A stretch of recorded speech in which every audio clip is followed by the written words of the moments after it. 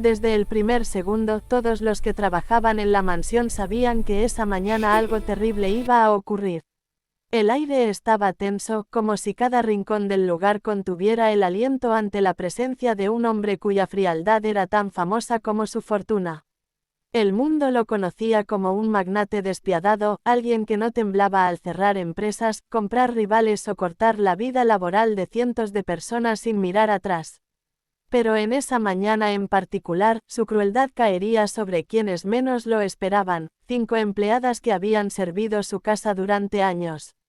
La historia de este millonario, llamado Alejandro Rivas, siempre había sido contada desde el éxito. Nadie hablaba del hombre, todos hablaban del imperio. Y sin embargo, bajo los tecos de aquella mansión silenciosa, había una batalla que lo estaba destruyendo por dentro, aunque él jamás lo admitiría. Su hija de 9 años, Luciana, luchaba contra un cáncer agresivo que había llegado sin aviso, dejando a su familia sumida en un dolor que él no sabía manejar. Su forma de sobrellevarlo había sido la más equivocada: endurecerse, encerrarse, convertirse en un caparazón de hielo. Aquella mañana estalló cuando encontró el pasillo principal sin la alfombra recién lavada, el desayuno servido 10 minutos tarde y un jarrón antiguo movido 2 centímetros del lugar exacto donde debía estar. Para cualquier persona serían detalles insignificantes. Para él, eran imperdonables. Llamó a las 5 empleadas que llevaban años sosteniendo la casa con dedicación y ordenó que se fueran de inmediato. No escuchó explicaciones, no aceptó disculpas, no miró los rostros angustiados de mujeres que verdaderamente necesitaban sus empleos. Les cerró la puerta en la cara sin pestañear. Mientras tanto, Luciana escuchaba todo desde las escaleras. Su voz débil luchaba por salir mientras observaba a su padre convertirse en alguien que ya no reconocía. Desde su diagnóstico, él había dejado de sonreír, de hablar con ternura, de sentarse a leerle como antes lo hacía todas las noches. Ahora solo caminaba de un lugar a otro como un fantasma con traje caro, refugiándose en la ira para no enfrentar lo que realmente estaba ocurriendo. Tenía miedo de perderla. Las 5 mujeres se marcharon con lágrimas en los ojos. Solo una persona quedó para ocupar el puesto vacío, aunque no estaba contratada oficialmente. Era una joven llamada Abril que había venido ese mismo día buscando trabajo por recomendación de un vecino. Tenía apenas 24 años, pero sus ojos mostraban una fuerza y ternura que la vida le había enseñado a desarrollar desde muy pequeña. Se había criado sin padres, había aprendido a trabajar desde los 14 y jamás había tenido una vida fácil. Sin embargo, su mayor riqueza siempre había sido su manera de ver el mundo, con paciencia, con gratitud, con una fe inquebrantable en las personas, incluso en aquellas que parecían imposibles de querer. Cuando Alejandro la vio en la puerta, a punto de irse porque había presenciado el despido de las demás, apenas la miró. Le dijo que probara un día, pero sin esperar mucho. Le advirtió que él no aceptaba errores, que la pagaría poco al principio y que su única tarea era mantener la casa como estaba. Abril aceptó sin dudar. Sabía que ese trabajo podría ayudarle a cuidar de su hermano menor, quien estaba a punto de entrar a la universidad. No tenía miedo al carácter del millonario, había lidiado con cosas más duras.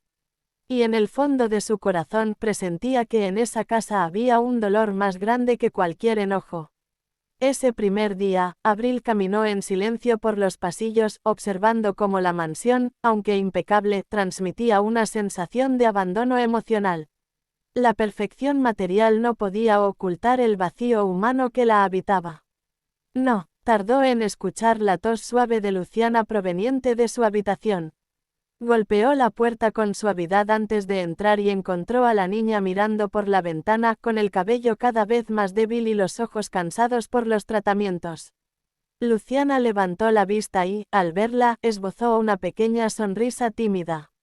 Abril le devolvió la sonrisa con un cariño inmediato, uno de esos que solo las personas con alma noble saben dar sin pensar. No preguntó sobre su enfermedad, no ofreció lástima. Simplemente se presentó, le dijo que estaba allí para ayudar y que esperaba que pudieran llevarse bien. A Luciana eso le bastó. Era la primera persona en semanas que le hablaba con normalidad, sin caras tristes, sin evitar mirarla como si fuera de cristal. Con el paso de los días, la relación entre ambas se volvió más cercana.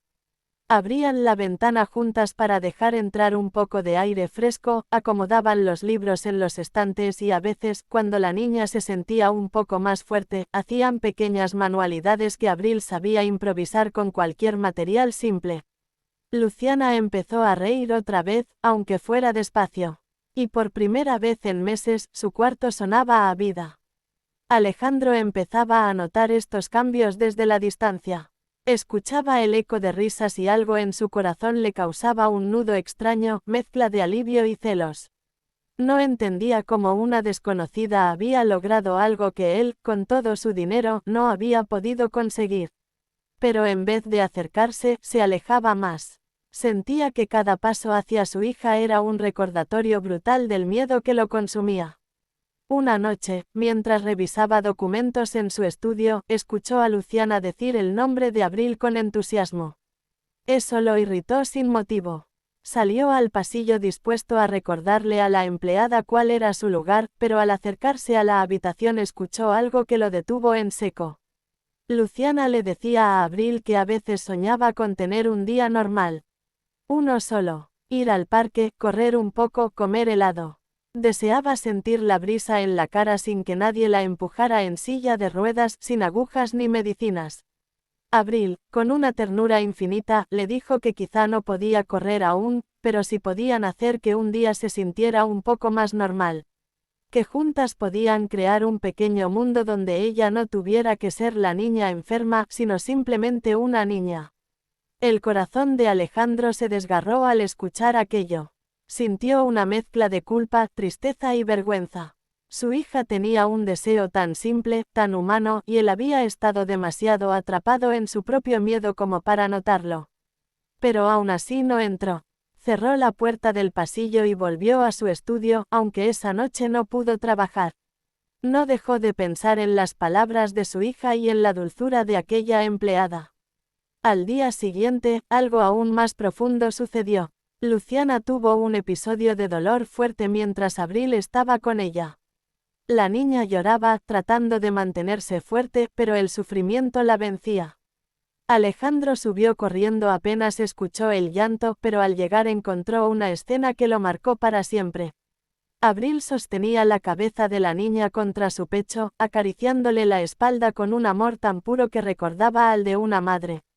Le hablaba en voz baja, asegurándole que no estaba sola, que ella estaba allí.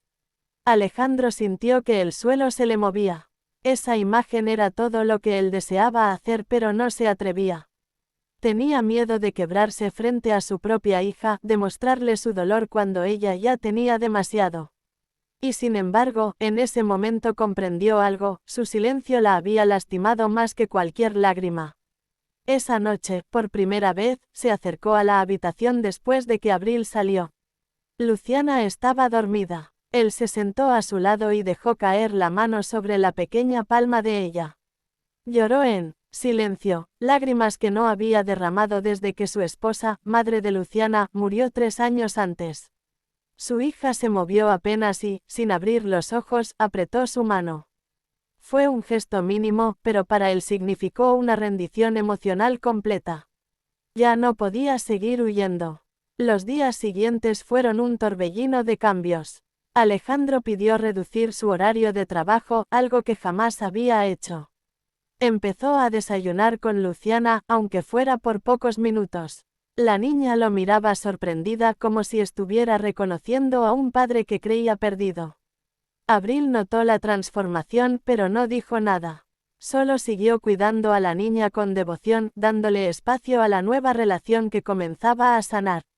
Con el tiempo, Alejandro empezó a hablar con Abril, al principio de manera fría y cortante pero pronto con un agradecimiento tímido. Ella, sin buscar protagonismo, le explicaba pequeñas cosas, las rutinas de Luciana, los momentos en los que la niña se sentía más fuerte, los juegos que la animaban. Era como si Abril se hubiera convertido en el puente entre un padre roto y una hija que solo necesitaba sentirse amada. Una tarde, cuando Luciana estaba dormida y la casa tenía ese silencio suave que anuncia la calma, Alejandro encontró a Abril